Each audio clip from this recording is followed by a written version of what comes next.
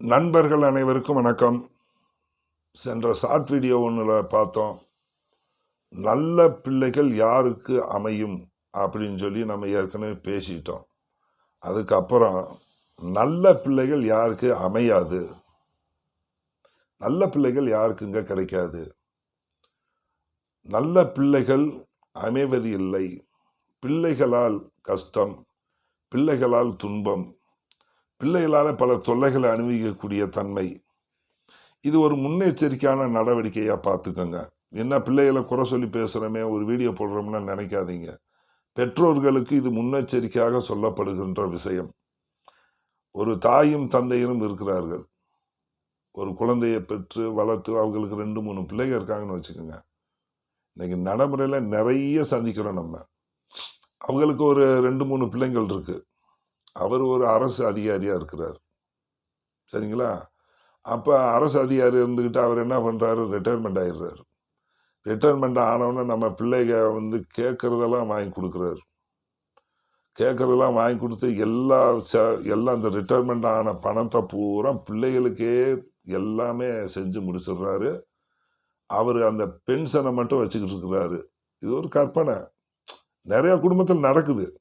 அப்படி இருந்துக்கிட்டு இருக்கும்போது இந்த பிள்ளைகள் ஒரு படிநிலை உயர்ந்த பிறகு, தன்னிலைக்கு திருமணமாகி உயர்ந்த பிறகு, அவங்க பெற்றவங்களை விட்டுட்டு அப்படியே தனித்தனியாக ஆளுக்கு ஒரு ஊரில் போய் செட்டில் ஆயிடுறாங்க.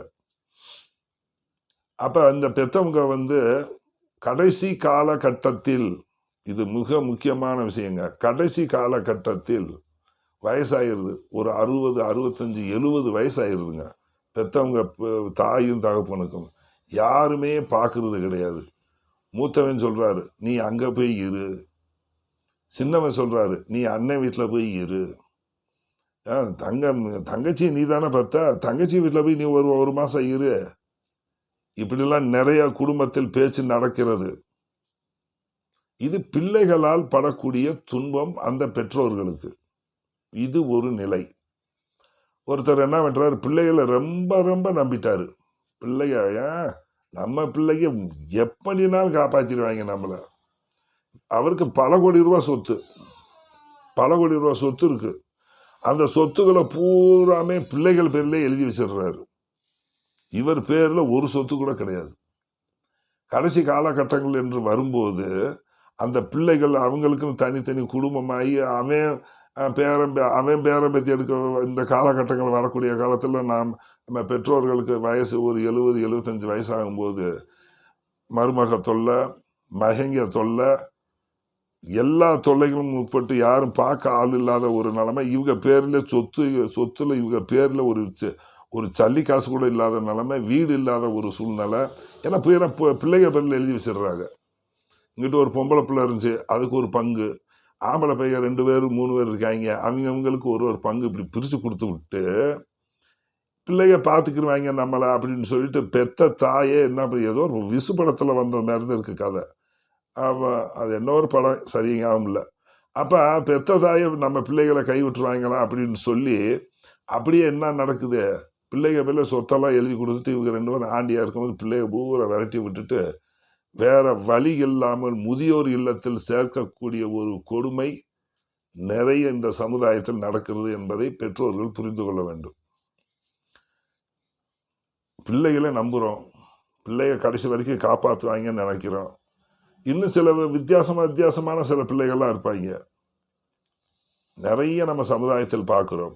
சாப்பாடு தண்ணி போடுவாங்க, கௌரவ குறைச்சலோடு இருக்கும். கௌரவ குறைச்சலோடலாம் சாப்பாடு தண்ணி. அவர் இந்த பெரியவர் இருக்கார், அவரை முதல்ல கவனி அப்படின்னு சொல்லக்கூடிய அமைப்பு.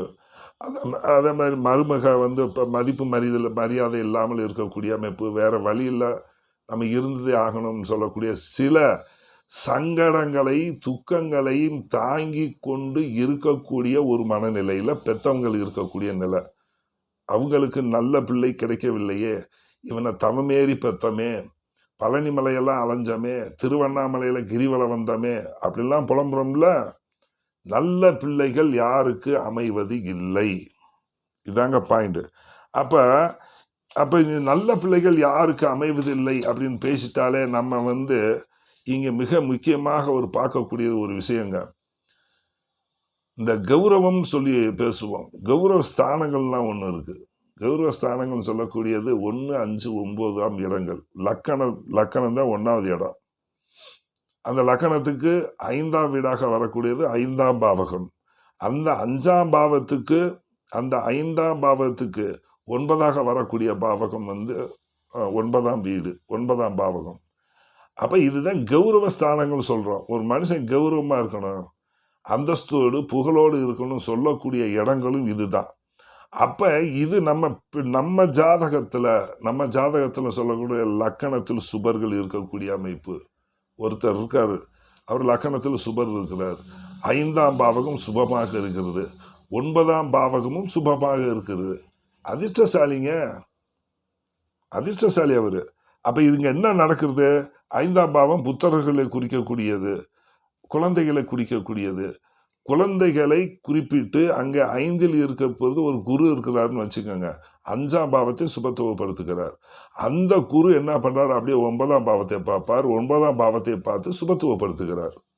இது பிள்ளைகள் இது நல்லா புரிஞ்சுங்க. நமக்கும் பெருமை, நமக்கும் புகழ் கிடைக்குது, நம்மளுக்கு சார்ந்த நம்ம பெறக்கூடிய பிள்ளைகளுக்கும் சேர்ந்து அவங்களுக்கு பெருமை கிடைக்குது அப்படின்னு நம்ம எடுத்துக்கிறோம். இப்போ நிறைய பேர் பார்த்துருப்பீங்க, ஒரு சின்ன வயசு, ஒரு 25, 27, 28 வயசு இந்த காலகட்டங்களில் ரொம்ப கஷ்டப்பட்டு இருப்பாங்க. திடீர்னு ஒரு கல்யாணம் ஆகி ஒரு குழந்தை பெற்ற பிறகு அந்த குழந்தைக்கு 5ல் சுபர்களும் 9ல் சுபர்களும் இருக்கக்கூடிய அமைப்பு வரும்போது அந்த குழந்தை பிறகு படிப்படியா அப்படி ஹை லெவலில் உயர்ந்து போகக்கூடியவர்கள் இந்த சமுதாயத்தில் நிறைய பேர் இருக்காங்க. ஐயோ, என் மக பிறந்த பிறகுதாயா நான் டாப்பானேன், எத்தனை பேர் இருக்கு சொல்றோமா இல்லையா? அப்ப இது போல இது நல்ல ஒரு புகழை கொடுக்கக்கூடிய ஒரு தன்மை அப்படின்னு ஏற்கனவே ஒரு வீடியோ போட்டிருக்கோம். இது நல்ல குழந்தைகள் யாருக்கு அமையும் சொல்லி. இப்ப நம்ம பேசக்கூடியது நல்ல பிள்ளை யாருக்கு அமைவது இல்லை. 5ஆம் பாவகம், அதே 5ஆம் பாவகம், 5ல் நின்ற கரகம், காரகன் குரு, இவங்க 3 பேருமே கெட்டு போயிட்டாங்க. நல்ல பிள்ளையே அமையாதுங்க. இந்த ஒரு ஜாதகத்தில் 5ஆம் வீடு, 5ல் சனி இருக்கிறார், 5ஆம் அதிபதி ராகு கேதுவுடன் சேர்ந்து விட்டார், குருவும் கெட்டு விட்டார் அப்படின்னு வரும்போது இங்கே நல்ல பிள்ளைகள் அவங்களுக்கு அமைவதில்லை. அந்த பிள்ளையினால தொல்லைகளை சந்திக்கக்கூடிய சூழ்நிலை, அந்த பிள்ளையினால இம்சையை சந்திக்கக்கூடிய சூழ்நிலை அப்படின்னு சர்வ நிச்சயமா நடக்குங்க. பையன் தண்ணி போட்டு வந்துட்டான், வர்றாங்க எல்லா வீட்டில் 18, 20 வயசாச்சு, சேராதவன் கூட போய் தண்ணி போட்டு வர்றான். திடீர்னு ஒரு நாள் திடீர்னு நைட்டு ஒரு 10 மணிக்கு போலீஸ் ஸ்டேஷன்ல இருந்து ஒரு அழைப்பு வருது. அம்மா, யாரும்மா, உங்க பேர் என்ன? இந்த பேர் உங்க பேரா? ஆமாங்க, நான் தான். வாங்கம்மா, போலீஸ் ஸ்டேஷனுக்கு வாங்கம்மா, உங்க பையன் இங்கே இருக்கிறான், ஏதோ ஒரு தப்பு பண்ணியிருக்கான், நீங்கள் பேசுங்க. வருது இல்லை? அதே போலீஸ் ஸ்டேஷனில் உங்கள் பையன் பைக்கை திருடிட்டானா, உங்கள் பையன் இன்னார் கூட சண்டை போட்டான், உங்கள் பையன் இன்னார் அடிச்சு விட்டானா, அவங்க பெற்றவங்க கம்ப்ளைண்ட் பண்ணியிருக்காங்கம்மா, என்னான்னு பேசுங்கம்மா. இருக்குல்ல? இப்படி வரக்கூடிய அமைப்பு நல்ல பிள்ளைகள் கிடைக்காத அமைப்பு. இந்த பிள்ளைகளால் நமக்கு பெருமை கிடைப்பதில்லை, புகழ் கிடைப்பதில்லை, நமக்கு அவமானமும் அசிங்கம் கேவலம் தான் வருகிறது. இது எப்படிப்பட்ட அமைப்பு? இதுக்கு உதாரணமா ஒன்றை பார்த்துருவோம், சரிங்களா? எல்லாம் இப்படிப்பட்ட அமைப்பு உள்ள பெற்றவங்க தனக்குன்னு சேர்த்து வச்சுக்கோங்க. அன்பு நண்பர்களே, எல்லாத்தையும் பேசித்தே ஆகணும். இப்படி உள்ள ஒரு ஜாதக அமைப்பு உங்களுக்கு இருக்கு, உங்களை நீங்க காப்பாற்றிக் கொள்ள வேண்டும். பிள்ளைகளை நம்பக்கூடாது. அதே சமயத்தில் பிள்ளைக்கு செய்ய வேண்டிய கடமை நம்ம செஞ்சுதே ஆகணும். ஜோசியர் சொல்லிட்டாரு, இந்த பிள்ளை உங்களுக்கு நல்ல பையனுக்கு சொன்னபடி ஆக மாட்டேன்னு சொல்லிட்டாங்க, அதுக்கு கழுத்தை நிறுத்தி கொண்டு வர முடியுமா? அதை செய்ய முடியாது. அவனுக்கு நம்ம செய்ய வேண்டிய கடமையை செஞ்சுட்டு நமக்குன்னு சேர்த்து, அவனை நம்பாதீங்க, நமக்குன்னு சேர்த்து வச்சுக்கணும்னு சொல்றேன். இதுதான் புத்திசாலித்தனம், இதுதான் பரிகாரமும் கூட. சரி, பிறக்கும்போது நம்ம என்ன பண்ணிடுறோம், இப்படி குழந்தை நமக்கு தெரிஞ்சு போச்சு, இதுக்கு பரிகாரம் இருக்கா? இருக்குங்க. பிறக்கும் குழந்தையை குலதெய்வத்துக்கு கொண்டு போய் கொடுத்துடணும். அல்லது உங்களுக்கு எந்த இஷ்ட தெய்வம் இருக்கோ அந்த தெய்வத்துக்கிட்ட போய் கொடுத்துட்டு ஒரு 3 நாள் 4 நாள் அங்கேயே தங்க வச்சுட்டு அந்த குழந்தையை தத்து எடுத்து வீட்டுக்கு கொண்டு வந்து வளர்த்தால் கொஞ்சம் தோஷம் கழியும். இதில் இன்னொரு முக்கிய சமாச்சாரம், இப்படி செஞ்சோன்னு அவன் திருந்திருவானா? நீங்கள் பேசுறது எனக்கு கேட்குது. கோயிலில் விட்டு அப்படியே வீட்டுக்கு கூட்டு வந்தோன்னே அங்கே அப்படியே கரகம் தானே பேசும். இது எப்படி திருந்துவியா? பேசுவீங்க நீங்கள். அப்போ நம்ம வளர்க்கக்கூடிய வளர்ப்பு முறை நல்லா வளர்த்து கொண்டு போய்கிட்டே இருக்கணும். மேலும் கோயிலினுடைய அருள், நம்ம குலதெய்வத்தின் அருள், நம்ம எந்த இஷ்ட தெய்வம் இருக்கிறதோ அதனுடைய அருள் சர்வ நிச்சயமாக நமக்கு கிடைக்குங்க. இது அனுபவ ரீதியாக கண்ட உண்மை. இப்படி யாருக்கு சொன்னோமா, ஒருத்தருக்கு சொன்னேன்னு நினைக்கிறேன். இன்னைக்கு அந்த பையன் நல்லாத்தே இருக்கிறதா சொல்கிறாங்க. இல்லைங்க நல்லா இருக்கான் பையன். அந்த பையனுக்கு வந்து பாருங்க, ஒரு கும்பலக்கணம். ஆமாம், கும்பலக்கணத்தில் பிறந்த பையன். ஐந்தில் வந்து ராகு இருக்கக்கூடிய அமைப்பு. புதன் வந்து சனியுடன் சேர்ந்து கெட்டு விட்டார். லக்னாதிபதினு சொல்லக்கூடிய சனியுடன் சேர்ந்து கருறாரு. குரு வந்து யாரையுமே பார்க்கல. அம்ச கட்டத்துல நான் செக் பண்ணி பார்க்குறேன், அங்கே வந்து அந்த புதன் சுபத்துவம் இல்லை. அப்போ இந்த அமைப்பு வரும்போது அவன் தப்பு பண்ணுவான். சரி, தவறுகள் எப்படி நடக்கிறது? தவறு எப்படி ஒருத்தன் தெரிஞ்சுக்கிட்டே தவறு பண்ணுறது எப்படி? ஜாதகத்தில் எப்படி பார்க்கறது? நான் பண்ணுறது தப்புன்னு எனக்கு ஒரு பைக்கை திருட போகிறேன், போலீஸில் மாட்டிக்கிட்டேன். அடுத்து ஒரு தப்பு பண்ணுறேன், போலீஸ்காரன் கூப்பிட்டு போயிடுறேன். திரும்ப திரும்ப திரும்ப திரும்ப அப்படியே செஞ்சுக்கிட்டே இருக்கிறானே, திருந்துறதுக்கு உண்டான வாய்ப்பே இல்லையே. இது எப்படி கண்டுபிடிக்கிறது? 5ஆம் பாவம் பிள்ளைனால தானே அவமானப்படுறான். 5இல் சனி, 5இல் ராகு, 5ஆம் அதிபதி கெடுவது.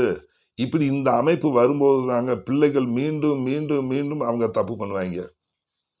இதை நம்ம ஜாதகம் பார்த்து தெரிஞ்சுக்கிட்டு அவங்களை நல்வழிப்படுத்துவதற்கு பெற்றோர்கள் தயாராகி கொள்ள வேண்டும். சரிங்களா நண்பர்களே?